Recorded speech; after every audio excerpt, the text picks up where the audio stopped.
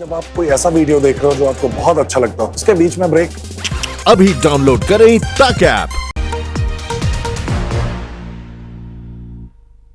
नमस्कार, मैं हूं श्वेता सिंह और आप देख रहे हैं आज तक। एक तरफ कोरोना का कोहराम है और दूसरी तरफ तूफान का कहर। आज बहुत सारी ऐसी तस्वीरें हमारे सामने हैं जो आपके लिए देखना जरूरी है, क्योंकि खबरदार के लेंस से हम सबसे पहले खबरों को देखकर, आंक कर, विश्लेषण करके आपको समझाते हैं कि आज क्या क्या चीजें हम आपको दिखाने वाले हैं। सबसे पहली जो तस्वीर होगी वो होगी महाराष्ट्र की। महाराष्ट्र में जिस तरीके से निसर्ग तूफान टकराया है तटों से, उसके बाद किस तरह की परिस्थिति है वो जानना बहुत जरूरी है हम सबके लिए। कहते हैं एक तस्वीर 1000 शब्दों से भी ज्यादा असरदार होती है। तस्वीरों को देखने, उनका विश्लेषण करने का दिन है। आप चाहे भारत में कहीं भी रहते हो, लेकिन अरब सागर से उठे तूफान निसर्ग की तस्वीरों ने आज आपके दिमाग पर दस्तक जरूर दी होगी। हालांकि इस तूफान से जिस बड़े खतरे की आशंका थी वो टल गई। हवा की रफ्तार 120 किलोमीटर प्रति घंटा से कम होकर 50 किलोमीटर प्रति घंटा हो गई। लेकिन आज पूरे दिन देश का एक हिस्सा निसर्ग तूफान से लड़ता रहा और जब तूफान की ताकत कम हो गई तो सबने राहत की सांस ली। इस खबर से जुड़े कुछ तूफानी सवाल भी हैं। निसर्ग तूफान अम्फान के मुकाबले कमजोर क्यों था? क्या बंगाल की खाड़ी में आने वाले तूफान अरब सागर वाले तूफानों से ज्यादा ताकतवर होते हैं? तूफानों के नाम रखने का सिस्टम क्या है? 1978 तक तूफानों के नाम महिलाओं के नाम पर क्यों रखे जाते थे? ये सारी जानकारियां आपको हमारे तेज गति वाले तूफानी विश्लेषण में मिलेंगी।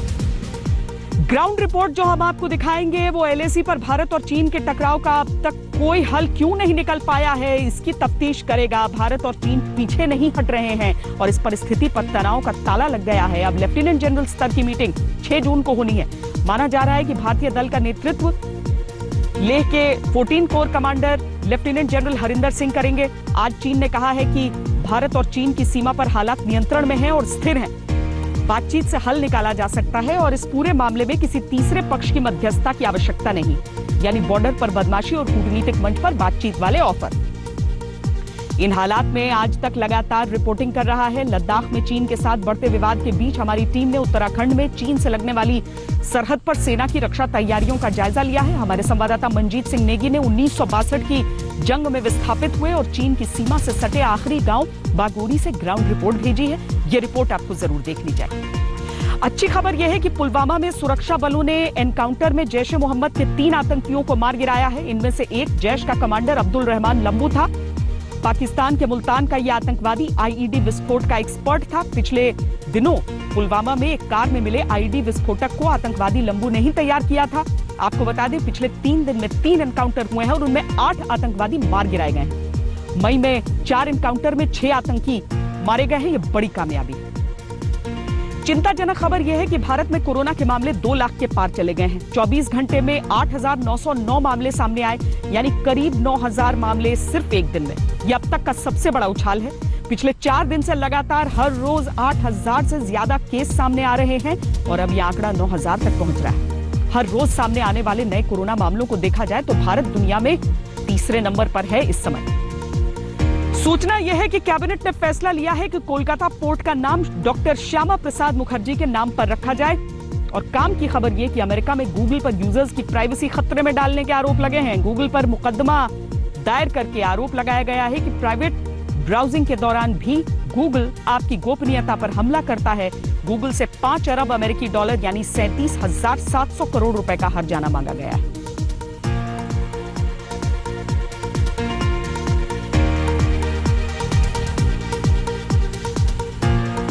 और अब बात निसर्ग तूफान की।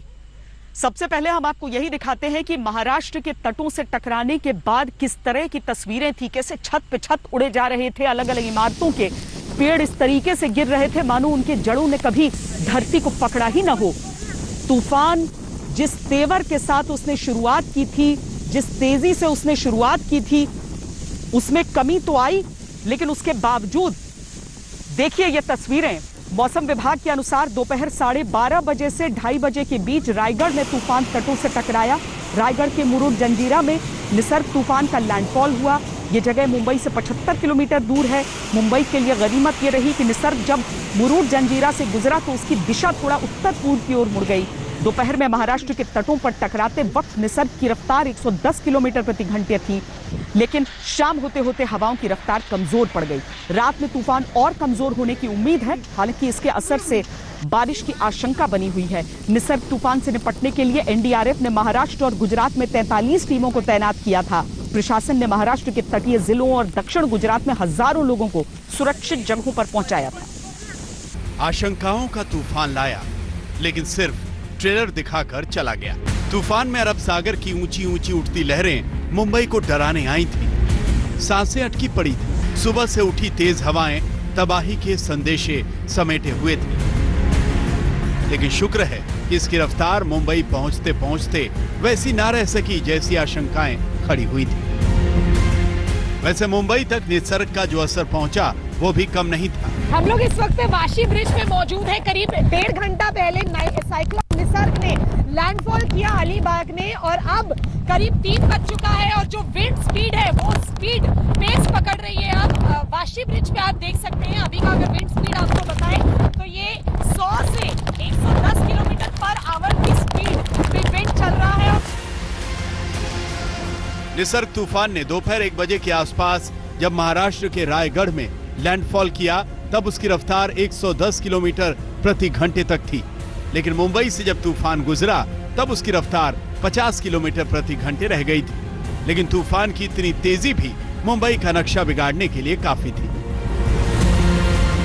ये मुंबई की एक मुख्य सड़क है। जेजे फ्लाईओवर से उतरने के बाद कुछ छोटी छोटी जगह पर इस तरीके के पेड़ यहाँ पर गिरे हुए हैं। इस तरीके का डिस्ट्रक्शन मुंबई में फिलहाल देखने को मिल रहा है। अब साइक्लोन करीब करीब हिट कर चुका है अलीबाग के पास में, और उसके बाद ये विंड का स्पीड जो है, ये हवा की रफ्तार जो है वो और बढ़ सकती है। तब और किस तरीके से ये डिस्ट्रक्शन देखने मिलेगा वो देखना है। हालांकि अभी तक कोई बीएमसी के लोग यहाँ पर नहीं आए हुए हैं। ट्रैफिक आप देख सकते हैं कि वैसे भी कम है। कोविड की स्थिति है जिसके वजह से पहले से ही लोग लॉकडाउन में थे, और साइक्लोन के वजह से वैसे ही उनको घर के अंदर रहने के लिए कहा गया, लेकिन फिर भी लोग यहाँ पर आप देख सकते हैं। लेकिन इस तरीके की और भी छुटपुट घटनाएं कई जगह पर देखने मिल सकती है। काफी सारे मुंबई के ऐसे अलग अलग जगह हैं जहां पर कि पेड़ गिर गए हैं, और यही वजह है कि बीएमसी की लाख कोशिशों के बावजूद या तो लोगों को काफी नुकसान हुआ है, या फिर कई सारी जो दिक्कतें हैं वो तमाम देखने को मिल रही हैं। इस वक्त हम हैं जुहू के इलाके में। आप देख लीजिए, यहाँ बाहर हम यही देखने के लिए निकले थे कि क्या कहीं पर किसी तरह का नुकसान हुआ है। तो देख लीजिए, यहाँ पर हमें वो देखिए वहाँ पर एक पेड़ गिरा हुआ नजर आ रहा है, और यहाँ पर काफी सारी आवाजाही जो गाड़ियों की है वो बंद हो गई। मुंबई में निसर्ग के टकराने से पहले बांद्रा वर्ली सी लिंक पर ट्रैफिक की आवाजाही रोक दी गई थी। एयरपोर्ट पर भी उड़ानों को रोक दिया गया था। निसर्ग की मुसीबत से निपटने के लिए मुंबई का प्रशासन पहले से ही तैयार था। जहां खतरा ज्यादा था वहां के लोगों को सुरक्षित ठिकानों तक पहुंचा दिया गया था। तूफान से निपटने के लिए एनडीआरएफ की 20 टीमें तैनात कर दी गई थी। अब तक मिली जानकारी के मुताबिक मुंबई में 196 पेड़ गिरे, 9 जगहों पर घरों को नुकसान पहुंचा, 93 जगहों पर शॉर्ट सर्किट का सामना करना पड़ा, लेकिन कहीं पर भी किसी को खरोंच तक आने की रिपोर्ट नहीं है। ये तूफान बहुत ज्यादा नुकसान न करते हुए भी इसलिए बहुत अफरा तफरी मचा गया क्योंकि मुंबई कोरोना से जूझ रही है।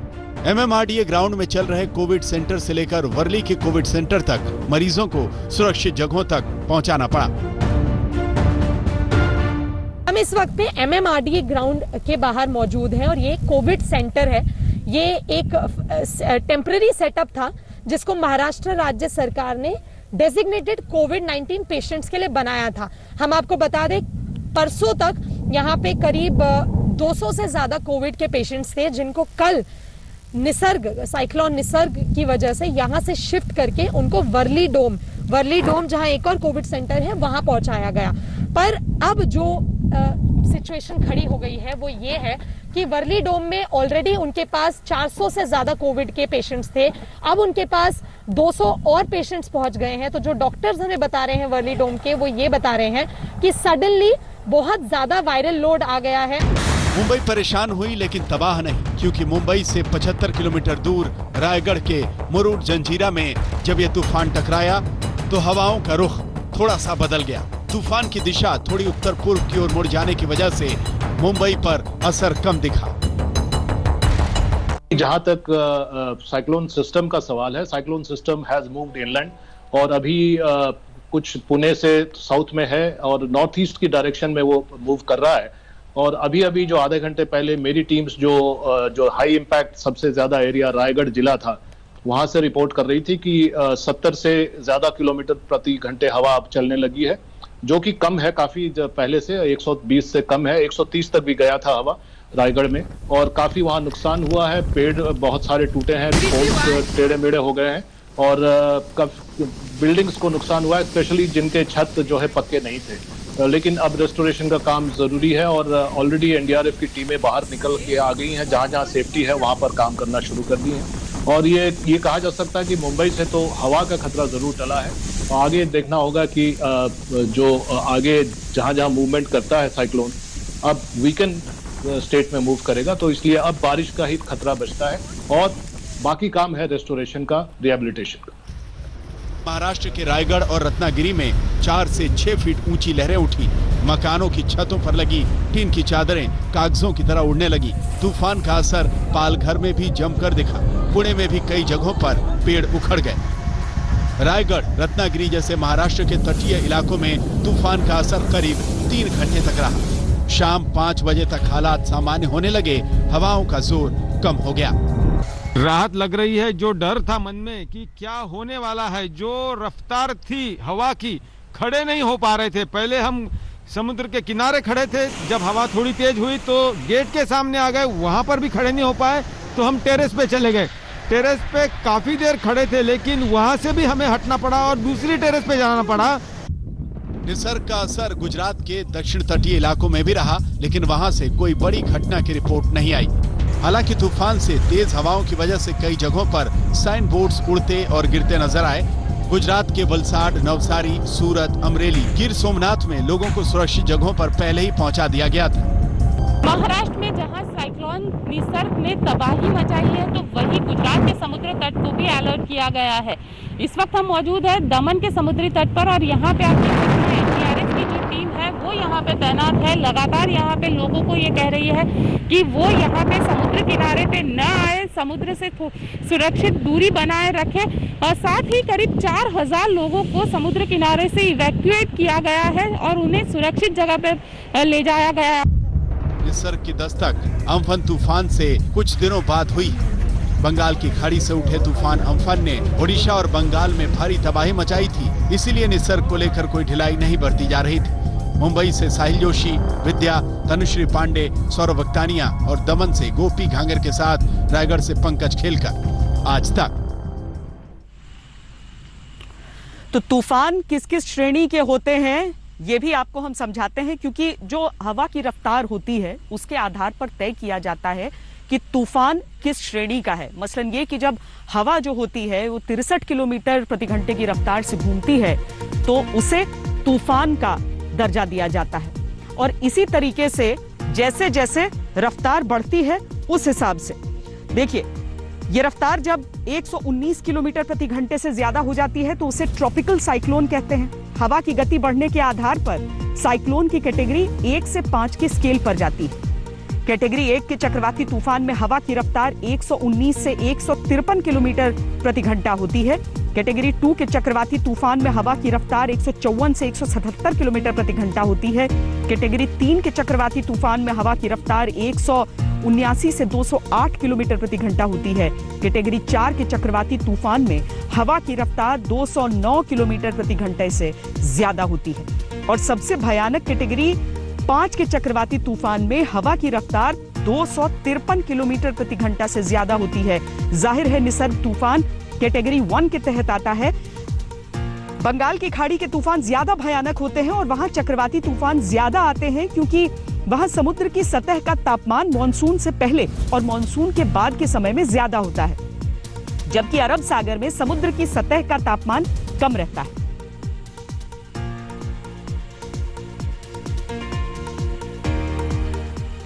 ये एक अच्छी खबर है कि जो सीवियर साइक्लोन निसर्ग अभी धीरे धीरे वीक हो रहा है और एक मार्जिनल साइक्लोन जैसे अभी है, इसका विंड स्पीड 65 to 75 kmph है। इसका ज़्यादा डैमेजिंग पोटेंशियल नहीं है। इसके सिर्फ ट्री ब्रांच कहाँ ऐसे ब्रेकिंग हो सकता है, मगर ये जो विंड स्पीड है ये सिर्फ पुणे और रायगढ़ डिस्ट्रिक्ट का कुछ एरिया में होने का हम उम्मीद कर रहे हैं और अगले 3 घंटे तक ये रहेगा। इसके बाद ये वीक हो जाएगा, एक डीप डिप्रेशन में परिणत होगा और फिर नेक्स्ट 6 आवर्स में एक डिप्रेशन हो जाएगा एंड ये नॉर्थ ईस्टवर्ड गति करते साउथ एमपी तक जाकर ये वीक हो जाएगा।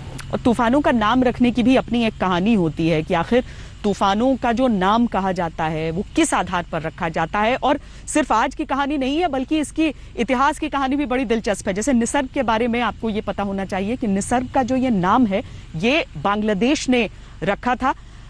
इसी तरीके से जितने भी तूफान इस पूरे क्षेत्र के रहे हैं वो किसी न किसी देश की तरफ से वो नाम रखे गए हैं। 2020 में जारी हुई तूफानों की लिस्ट का पहला नाम निसर्ग है। अरब सागर और बंगाल की खाड़ी में आने वाले समुद्री तूफानों के नाम रखने का सिलसिला 16 साल पहले यानी 2004 में शुरू हुआ था। इस क्षेत्र के तूफानों के नाम बांग्लादेश, भारत, मालदीव, म्यांमार, ओमान, पाकिस्तान, श्रीलंका और थाईलैंड देते हैं। भारतीय मौसम विभाग ने अप्रैल 2020 में चक्रवातों की नई लिस्ट जारी की। इस नई लिस्ट में निसर्ग, अर्नब, आग, व्योम, अजार, तेज, गति, पिंकू और लूलू जैसे 160 नाम शामिल हैं। पिछली लिस्ट का आखिरी नाम अम्फान था। यह नाम थाईलैंड ने दिया था। अम्फान नाम इस तूफान ने कुछ दिन पहले ही पश्चिम बंगाल और उड़ीसा में भारी तबाही मचाई थी। वैसे चक्रवाती तूफानों के नामकरण का सिलसिला 1953 में शुरू हुआ था। अमेरिका ने वर्ल्ड वॉर II के दौरान चक्रवातों को महिलाओं का नाम देना शुरू किया था। इसके पीछे एक मान्यता है। कहा जाता है कि अमेरिका में 1941 में जॉर्ज स्टीवर्ट नामक व्यक्ति ने स्टॉर्म नामक एक उपन्यास लिखा था। इस उपन्यास में एक पात्र था जो प्रशांत महासागर में आने वाले तूफानों के नाम अपनी महिला मित्रों के नाम पर रखता था। यह उपन्यास काफी मशहूर हुआ था और इससे प्रभावित होकर अमेरिकी सेना के अफसरों ने दूसरे विश्व युद्ध के दौरान आए तूफानों के नाम अपनी पत्नियों के नाम पर रखना शुरू किए। 1978 तक तूफानों के नाम महिलाओं के नाम पर ही रखे जाते थे, लेकिन इसके बाद आधे चक्रवातों के नाम पुरुषों के नाम पर भी रखे जाने लगे। अमेरिका में तूफानों का नाम तय किए जाने में ऑड इवन फॉर्मूला अपनाया जाता है, यानी ऑड साल में आने वाले तूफानों के नाम औरतों के नाम, इवन साल में आने वाले तूफान के नाम पुरुषों के नाम पर होते हैं। वैसे किसी तूफान को नाम देने के लिए बहुत ही औपचारिक प्रक्रिया का पालन करना होता है। अब वर्ल्ड मेट्रोलॉजिकल ऑर्गेनाइजेशन के तहत आने वाली क्षेत्रीय संस्थाएं अपने अपने इलाकों में आने वाले तूफानों का नाम तय करती हैं।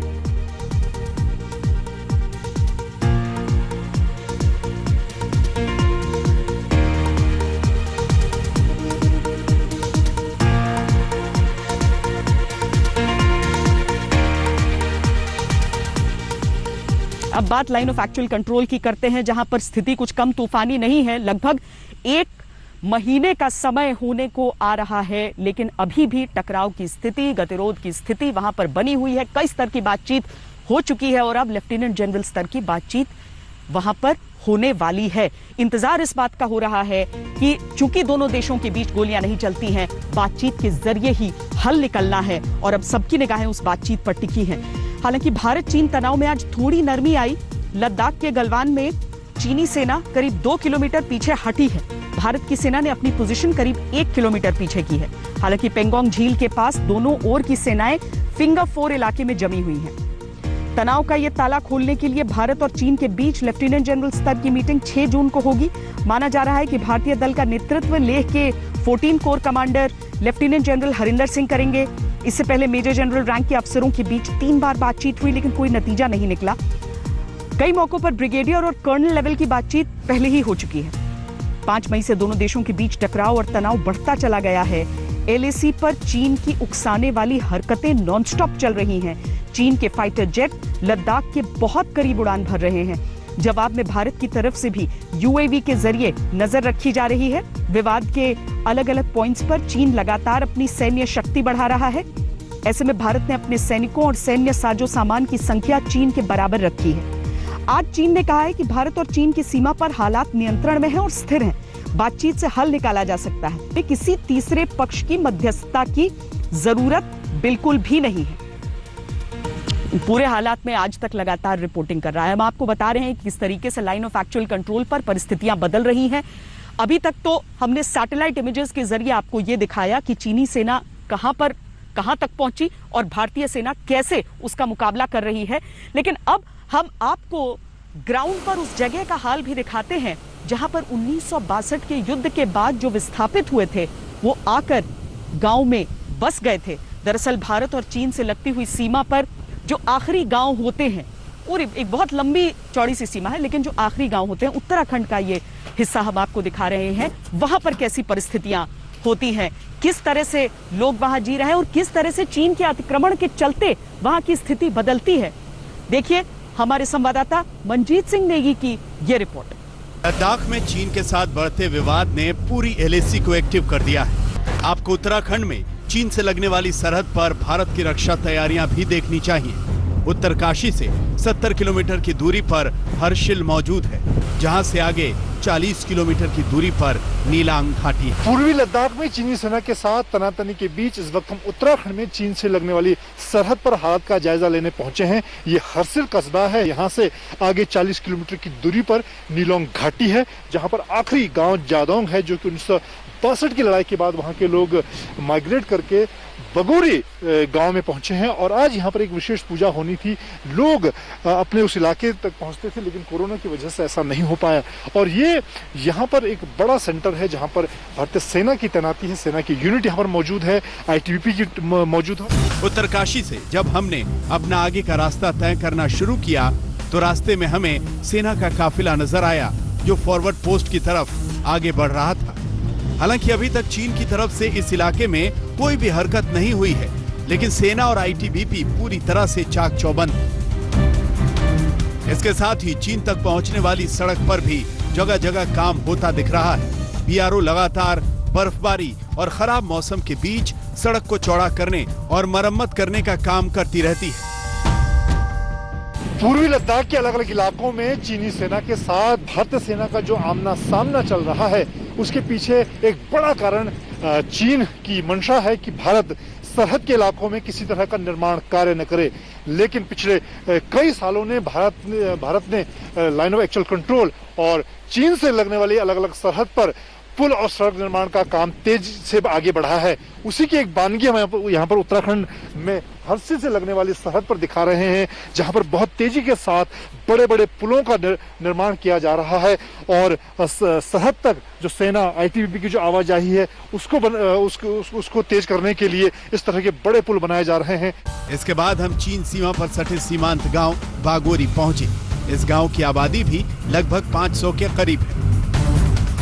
यहाँ के लोगों को 1962 की लड़ाई के बाद नीलांग घाटी से लाकर बागोरी में बसाया गया था।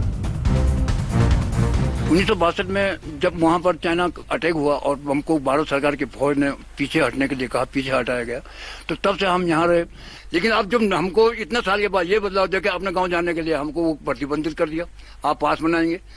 कोई किसी को अपने गांव जाने के लिए पास बनाना पड़ता है। ये जो ग्राम सभा है एक जनजातीय ग्राम सभा है सर, और यहाँ पे हम लोग जितने भी लोग हैं भेड़ पालन और पहले भेड़ पालन व्यवसाय है हमारा, उसके बाद जो भेड़ की ऊन निकलती है उससे हम लोग कटाई बुनाई का काम करते हुए ही हमारा आर्थिक रोजगार है सर। बिल्कुल ऐसा लगता है कि वहाँ रहते तो ज्यादा सुरक्षित रहते, क्योंकि वहाँ पे हमारे काश्त करने के लिए जमीन भी था, सब कुछ था। आज के डेट में वहाँ पे ये लगा लगी जैसे लद्दाख का दूरस्थ इलाका है, उसी हिसाब से डेवलप हो जाता है। वहाँ टूरिस्ट आते हैं, हम टूरिस्ट के लिए भी ऐसा कुछ कर पाते हैं। लेकिन क्या करें, दुर्भाग्य हमारा ये है कि सेना ने हमें पीछे धकेल दिया, हम वहाँ जा नहीं सकते। अगर जाते तो कुछ न कुछ जरूर वहाँ पे डेवलपमेंट जरूर होता है। इस गांव में 1962 की लड़ाई के कुछ सबूत भी दिखाई देते हैं। हर्षिल घाटी और नीलांग घाटी के बीच के इलाकों में उस वक्त भारतीय सेना के बनाए गए पुराने बंकर आज भी मौजूद हैं। ये बंकर पहाड़ पर बड़े पत्थरों के बीच बनाए गए हैं। 1962 की लड़ाई के बाद सीमावर्ती इलाकों के लोगों को इन बंकरों में दुश्मनों से निपटने की ट्रेनिंग दी जाती थी। ये सेना का एक पुराना बंकर है जो 1962 की लड़ाई के दौरान चीनी सेना के मुकाबले के लिए बनाया गया था। हालांकि पिछले अब कई सालों में भारतीय सेना की जो चीन के मुकाबले में तैयारी है बहुत बेहतर हुई है। आगे अगर इस घाटी की हम बात करें तो जो दाहिने पहाड़ नजर आ रहा है ये नीलंग घाटी का इलाका है और आगे सेना और आईटीबीपी की पोस्ट मौजूद है। इसके अलावा ये जो बाएं तरफ का इलाका है ये हिमाचल किन्नौर का इलाका है। ये 1962 के दौरान जो यहाँ पर एहतियात के तौर पे ये इस तरफ पुराने बहुत सारे बंकर इस जंगलों में मिलेंगे, इस तरफ बनाए गए थे और एसएसबी भी एक ट्रेनिंग दिया करती थी, गोरिल्ला ट्रेनिंग वगैरह वॉरफेयर के लिए, फ्रंट लाइन के लिए शायद तैयार किया जाते रहे होंगे। हम छोटे थे उस टाइम पर, पुराने लोग बताते हैं। तो ये मौजूद है, ये इस तरह से बंकर बहुत सारे मिल जाएंगे आपको जंगलों में। सुरक्षा एजेंसियों के मुताबिक नीलांग घाटी की दूसरी तरफ थोलिंग मठ और सारंग का इलाका है। इन इलाकों में चीन ने सारंग हवाई पट्टी बनाई है, जहां पर इसके लड़ाकू विमान तैनात हैं। इसी तरह से पुराने थोलिंग मठ में चीन ने अपनी सेना का एक बड़ा बेस तैयार किया है और बड़े हथियार तैनात किए हैं, ताकि वो मौका मिलते ही अपने विस्तारवादी पंजों से भारत के इस इलाके में घुसपैठ कर सके। लेकिन भारतीय सेना और आईटीबीपी की तैयारियां भी कम नहीं। नीलांग घाटी के इस इलाके में ऊंचे ऊंचे पहाड़ों में बर्फबारी और मुश्किल हालात के बीच भारतीय सेना ने भी अपनी कई पोस्ट बनाई है। इन फॉरवर्ड पोस्ट तक पहुंचने के लिए लगातार चौड़ी सड़कों का निर्माण हो रहा है। ये नीलांग घाटी का प्रवेश द्वार है। यहाँ से नीलांग घाटी की दूरी मात्र 20 से 25 किलोमीटर के बीच है, जहाँ पर सेना और आईटीबीपी के कई फॉरवर्ड पोस्ट मौजूद हैं। लेकिन यहाँ से आगे जाने के लिए सेना और प्रशासन से खास परमिशन की जरूरत होती है। इस वक्त हम चीन सरहद से लगने वाली नीलांग घाटी के एंट्री पॉइंट पर पहुंचे हैं और यहाँ से आगे जाने के लिए किसी भी नागरिक को परमिशन की जरूरत होती है। इसके आगे जाने की फिलहाल मनाही है, क्योंकि कोरोना की वजह से आगे जो सेना और आईटीबीपी की फॉरवर्ड पोस्ट हैं यहाँ पर परमिशन की जरूरत होती है। और इसके आगे 20 से 22 किलोमीटर की दूरी पर भारतीय सेना की आईटीबीपी की फॉरवर्ड पोस्ट मौजूद हैं। ये इलाका चीन से लगा इलाका है और खासतौर से 1962 की जंग से पहले ये एक तरह से पारंपरिक रास्ता था तिब्बत से व्यापार का, लेकिन अब ये पूरी तरह से सामरिक सड़क है और पिछले कई सालों से कोशिश की जा रही है कि इस रास्ते को जो फॉरवर्ड पोस्ट मौजूद है उसको चौड़ा करने का, बेहतर बनाने का काम भी चल रहा है। इसको 4 लेन नीलांग घाटी की तरफ आने वाली सामरिक सड़क पर जगह जगह भारतीय सेना की आवाजाही देखी जा सकती है। साथ ही चीन की किसी भी हिमाकत से निपटने के लिए सेना की अग्रिम टुकड़ियां भी अपनी तैयारी करती दिखाई दे रही हैं। ये एक संवेदनशील इलाका है, इसीलिए हमने यहाँ से जुड़ी कई जानकारियां देश हित में देखते हुए सार्वजनिक नहीं की हैं। भले ही हर्सिल से लगने वाली जो चीन की सरहद है वहां पर अभी तक चीन की तरफ से किसी तरह की कोई कार्रवाई सामने नहीं आई है, लेकिन यहाँ पर जो सेना की यूनिट तैनात है, आईटीबीपी के जो लोग हैं, वो किसी तरह का मौका चीन को नहीं देना चाहते और इसीलिए हम आपको दिखा रहे हैं यहाँ पर सेना ने अपनी तैयारी बढ़ाई है। और इस वक्त हाईवे पे हम देख सकते हैं जो फॉरवर्ड पोस्ट पर जाने वाली हाईवे है, वहां पर सेना की कुछ अतिरिक्त लोगों को बुलाया गया है। यहाँ पर एक ये कैंप के तौर पर देख रहे हैं, सेना की गाड़ियां, सेना के जवान बड़ी संख्या में इकट्ठा हो रहे हैं। तो ये स्थिति है इस इलाके में और कोशिश की जा रही है यहाँ पर कि अगर चीन की तरफ से किसी तरह की कोई कार्रवाई होती है तो उसको समय रहते जवाब दिया जा सके। कैमरामैन अनिल जायसवाल के साथ मंजित नेगी, हर्सिल, आज तक। और अब कश्मीर घाटी में पाकिस्तान पोषित आतंक की भी खबर आपको दे दें कि किस तरीके से वहां पर भारतीय सेना एक एक करके आतंकवादियों को ठिकाने लगा रही है। बात पुलवामा की है, जहां पर जैश-ए-मोहम्मद के 3 टेररिस्ट को न्यूट्रलाइज किया गया है, जिसमें एक जैश का कमांडर भी था। बीते कई दिनों से सेना का जो पूरा वहां पर मुहिम एक तरह से चल रही है आतंकियों के सफाई की, उसी क्रम में आज की ये जो जैश के आतंकियों को मार गिराया गया है वो भी शामिल है। इस विस्फोट को अगर आतंकी अंजाम देने में कामयाब रहते तो न जाने क्या होता, लेकिन सुरक्षा बलों ने बड़ी साजिश को नाकाम करते हुए कार को कब्जे में लिया और एहतियात के साथ विस्फोट से उड़ा दिया। लेकिन सुरक्षा बल साजिश को नाकाम कर चुप नहीं बैठे, आतंकियों की तलाश जारी रही और आज एनकाउंटर में 3 आतंकियों के सफाई के साथ ही गुनहगार अंजाम मारे गए आतंकियों में अब्दुल रहमान इलियास उर्फ फौजी बाबा भी शामिल है। सेना के मुताबिक इसका खात्मा बहुत बड़ी कामयाबी है। रियाज नाइको के मारे जाने के बाद ये अब तक की सबसे बड़ी कामयाबी है। पुलिस, आर्मी, सीआरपीएफ के लिए सबसे बड़ी कामयाबी है। मैं तो मानता हूं कि इस साल का रियाज नाइको के बाद दूसरा सबसे बड़ी कामयाबी है, जिसको हम लोग ज्वाइंटली मिलकर न्यूट्रलाइज कर पाए और आगे हम लोग ज्वाइंटली इसी ढंग से बहुत कोऑर्डिनेट वे में सिनर्जी के साथ काम करते रहेंगे। अब्दुल रहमान इलियास उर्फ फौजी बाबा आईईडी धमाकों में माहिर था और हाल ही में पुलवामा में कार धमाके की साजिश को अंजाम देने के फिराक में था। दरअसल पुलवामा में आतंकियों के छिपे होने की खबर मिली थी। जवानों ने आतंकियों से हथियार डालने की बात कही थी, लेकिन आतंकियों ने फायरिंग शुरू कर दी। इसके बाद सुरक्षा बलों ने इन्हें ढेर कर दिया।